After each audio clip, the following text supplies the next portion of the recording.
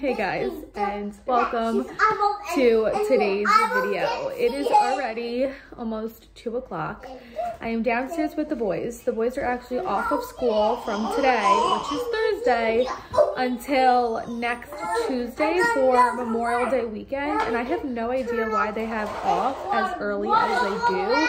I would assume Friday and Monday, but today was not expecting them to be home. I actually didn't even know that they were off until Harris told me yesterday, because he works with someone whose kids go to the same school as the boys, and he said to Harris, oh, you know the kids have off Thursday and Friday, and then Harris told me yesterday. So I didn't really plan ahead. Also, Jack was home from school on Tuesday and Wednesday with his ear infection that's been bothering him, so I did not plan ahead and get a video filmed for you guys, and so I am finally getting around to filming it. I don't know if it's going to be too noisy with the boys playing in the background. Yes, baby? I call that a bath. That's your bathroom?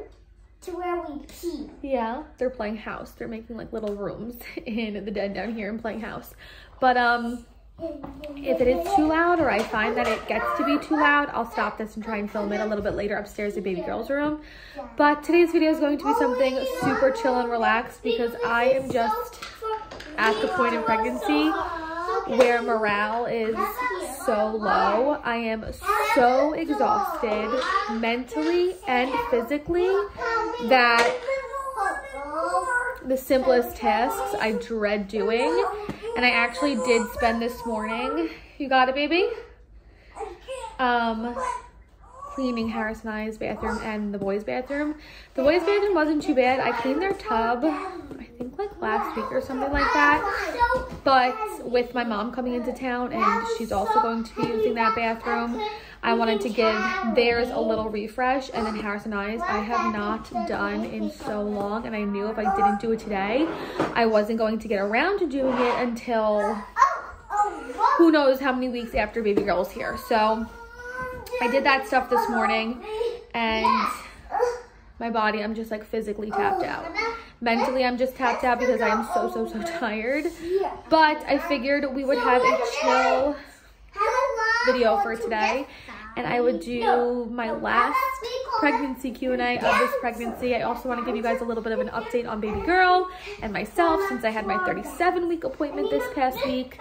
So I got a bunch of questions in for you guys, and we're just going to chat and hang out so that I can at least, get something up for you guys. So I have all my questions on my computer. I screenshotted them off of Instagram. I asked you guys this morning, and I didn't think I was going to get as many questions as I did, as quickly as I did. So I actually do have a lot of questions. So I'm going to try and give super concise answers and just run through them super quickly with you guys. But I am going to start with the one that I feel like is most pertinent, and that is she still breeched? Is baby girl still breeched? So like I said, I had my 37 week appointment on Monday. I was 37 weeks and 3 days, and when I went in there, I didn't schedule an ultrasound. I had another appointment scheduled for yesterday, which was going to be my ECV like consultation appointment, and I was going to get a sonogram at that appointment and get like my fluid checked and her size checked and her position checked to see if she was a candidate for the ECV flip. So when I finally got into the room with my OB, he was like, oh, did you get a sonogram to check her position? And I was like, no, I didn't think I needed one. He did a physical examination of my belly and was like, yeah, she still feels like she's head up. I feel like this is her head right here. And at that point, like previously, I would feel something bulge up and I thought it was her butt and it wound up being her head. The other night, I would say 3 days before my appointment, so maybe Friday night or Thursday night before my appointment on Monday, I was having the craziest movements by her. I'll actually insert a video here because I took a video on Snapchat and sent it to like my mom and my sister and my friends and was like, what is she doing in there? I really hope she's flipping. She was pushing so far up and out of my belly that when he said he could still feel her head up, I was like, are you sure her head could be this big? Like, I feel like this is her butt now. She was having crazy movements the other day and I feel like she definitely did go ahead and flip over. So he was like, if it would give you some peace of mind, you do have that other appointment in 2 days, but if you really want to know, we can go over to the Sonocheck quick. She has no one in her room and she'll just like put the like wand on your belly super quick and just see where her position is. You won't get like a full scan or anything, like a weight check. We'll just physically see like what this is right here. And so I went through my whole appointment with him and then we walked out and did that. And she put the wand on my belly and immediately it was her butt. She put the wand lower down and was like, no, her head is down. Whatever she did the other day, it obviously was her flipping. Her head is now down low. Her butt is up where her head used to be, and then her legs are stretching all the way across from right to left on your belly. And because at the appointment, he thought she was still breeched, we went through my whole appointment already, and by the time I was done with the Sonocheck, I couldn't go back in the room with him. He never did an internal check with me, a cervical check with me. At my 36-week appointment, I was not dilated any because she was breeched and there was nothing engaged in my pelvis to help dilate me. So it did kind of suck that we went through my whole appointment thinking she was still breeched. Then we checked that she wasn't breeched anymore, and I never got an internal check because I am curious if I am dilating any and if anything is going on in there. I am curious about that. But I am very happy that I did find out she flipped in just a week's time. And the only thing I really did to flip her was that like spinning babies move where you put like your knees on your couch and you flip your body over and you like hang upside down your couch. I did that for a few minutes a day, a few times a day for that entire week that I knew she was breeched. So no, baby girl's not breeched anymore. I don't know if I'm dilated or faced any weight gain so far for this pregnancy. Is around 40 pounds. Blood pressure was good. Her heart rate was good. And I didn't really get asked too many questions about my induction because I was asking as if I was going to have a C-section and as if she was still breeched. I was asking questions in those hypothetical regions. So my next appointment is next Wednesday because of the Memorial Day weekend, which is kind of pushing it close because my induction date is Friday. So I need to call my doctor's office on Monday and ask them questions regarding my induction because I feel like I remember them saying that I needed to do things like 2 days before. So I'm going to call them on like Tuesday and ask them questions, go to my appointment on Wednesday. Hopefully he'll do a cervical check then and we'll see if I'm dilated any, and I'll ask if he's willing to give me a membrane sweep. And then my induction is still scheduled for Friday the 31st. So that is a little update on me and her. And the best news being that she is no longer breeched. Okay, now just running through these questions in no particular order. Someone asked, what are the chances that your water could break right now? With me, I'm about to be 38 weeks. I'll be 38 weeks tomorrow. My hair is crazy, guys. Please excuse that. I'm going to be 38 weeks tomorrow. There is a chance that my water could just break naturally on its own. It is very interesting. The boys are literally tickling each other. It is very interesting that my body naturally at 35 weeks when I was pregnant with the boys lost its mucus plug, and then I think he swept my membranes like 2 days before I went into labor.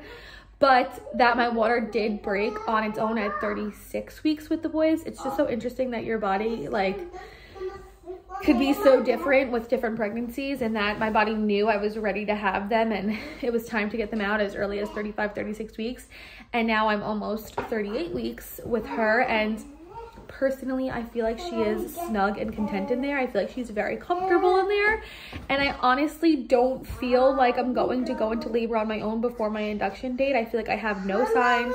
My mucus plug is still intact. I'm not leaking. I'm not really contracting. I think it's crazy that your body as a woman blocks out how painful labor and delivery is, because I genuinely cannot remember what a contraction feels like. In a few minutes, baby. I'm just filming a quick video, okay? I genuinely cannot remember what a contraction feels like. These are just all the pictures in my computer. So I can't even say if I've been actually contracting. I have been having a lot of Braxton Hicks contractions, but those just feel so different. Like, they're not painful, they're more uncomfortable. So realistically, my water could break at any moment, but personally, I really don't think it's going to.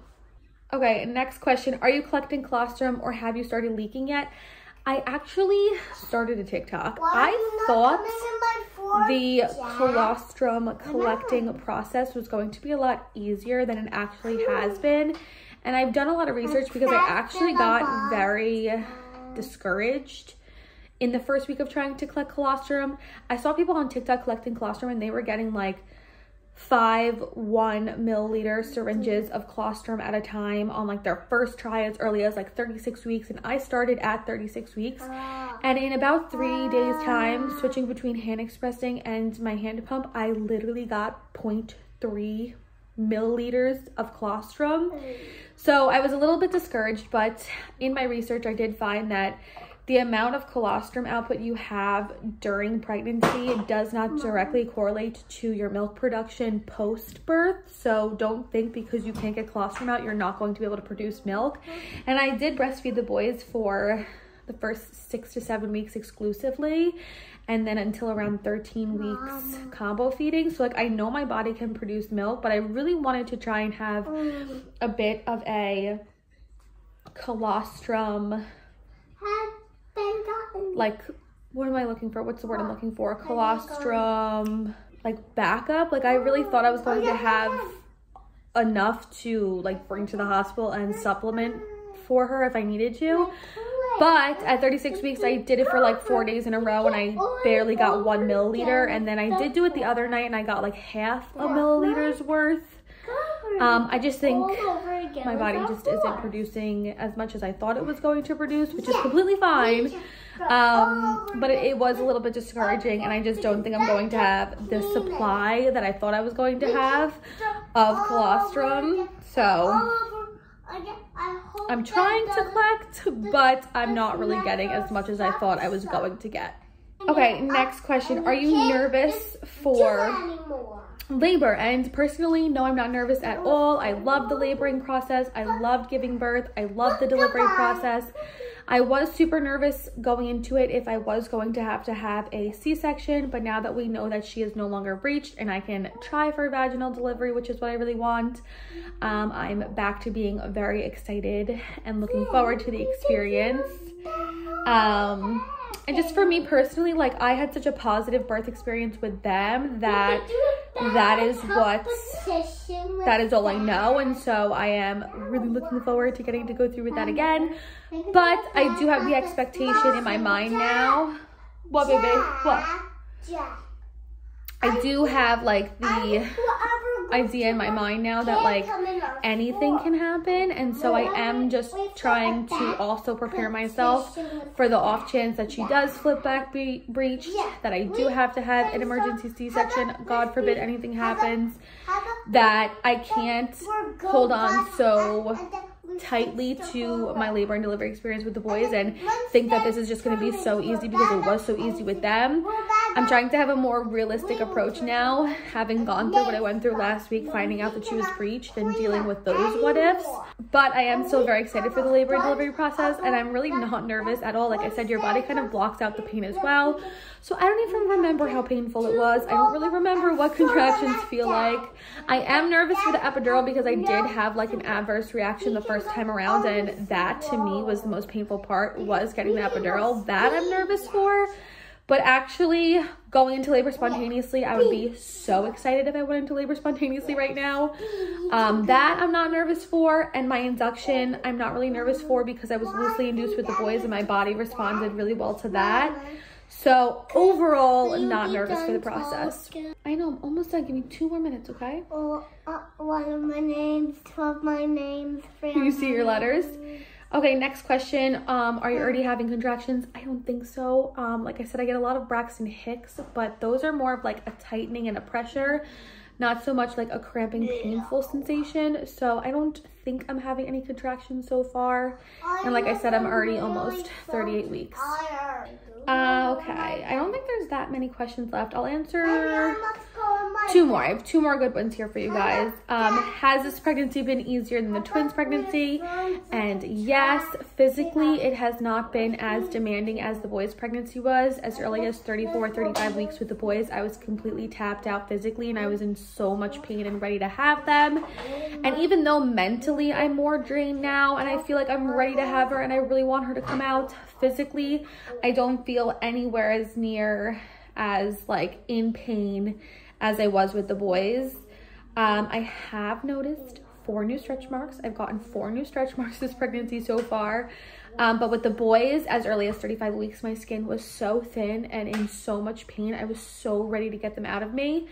But even now, like, my belly isn't what's painful. It's more just like the physical exhaustion of like her movements are a little bit more painful. My feet hurt so much. They haven't really been swelling. They swell a little bit. Oh my God, she's moving so much right now. They swell a little bit by the end of the afternoon on like the super hot days, but nothing that's too wild. It's more so like my back hurts, the physical fatigue of just like walking around all day with 40 extra pounds on me and like a baby in my belly. But like my bump isn't as painful as it was with the boys. Obviously I don't feel like it's as big as it was with the boys. Like I feel like it's still like a normal size and manageable. The last week this pregnancy has been more mentally challenging, like with her having flipped breech and worrying about that. Like I feel like I never really worried about anything with them when they were inside of me, even with having 2 babies in me. Like I never really worried about anything.